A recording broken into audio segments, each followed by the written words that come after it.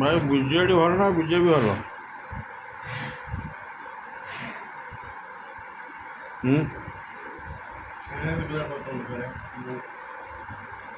ନା ବିଜେଡ଼ି ଭଲ ନା ବିଜେପି ଭଲ?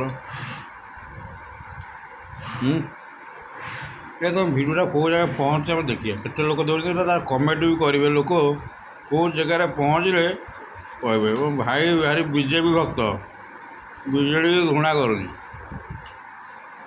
ଏଇଟା ଚୁପଚାପ ଅଛି ବୋଲି ଭାଷଣ ଦେଉନି, ନହେଲେ ଖାଇସାରିଲା ପରେ ଭାଷଣ ବାଜିବ। କହୁନ ଟିକେ ବିଜେଡ଼ି ଭଲ ନା ବିଜେପି ଭଲ? ନିଜେ ଭଲ ହେଲେ ସବୁ ଭଲ। ନିଜେ ଭଲ ହେଲେ ସବୁ ଭଲ। ଏଟା ତ ଠିକ୍ ନା, ଦେଶ ପାଇଁ ଏମାନେ ତ ପୁରା ଲଢ଼ୁଛନ୍ତି ନା ବିଜେପି ବିଜେଡ଼ି।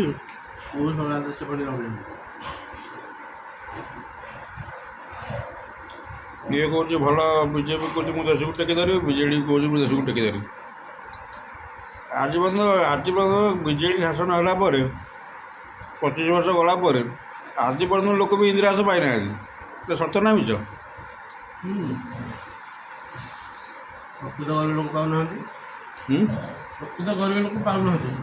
ଯୋଉଠି ମିଳୁଛି ଜାଗାକୁ ତ ଯାଇପାରୁନାହାନ୍ତି, ଆଉ ପାଇବେ କେମିତି?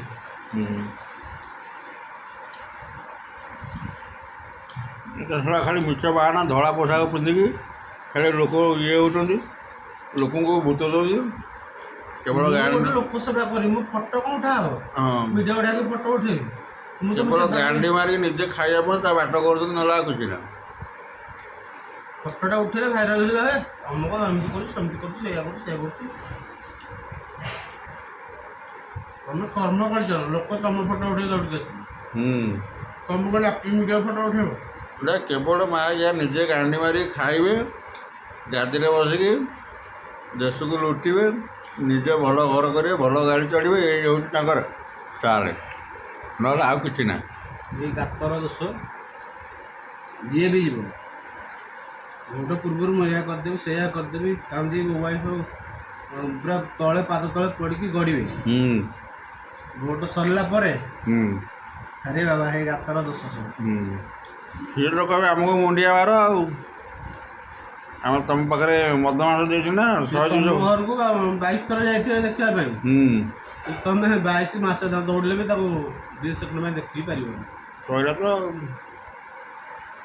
ଏଇ ହେଉଛି ରାଜନୀତି ଆମ ଓଡ଼ିଶାରେ।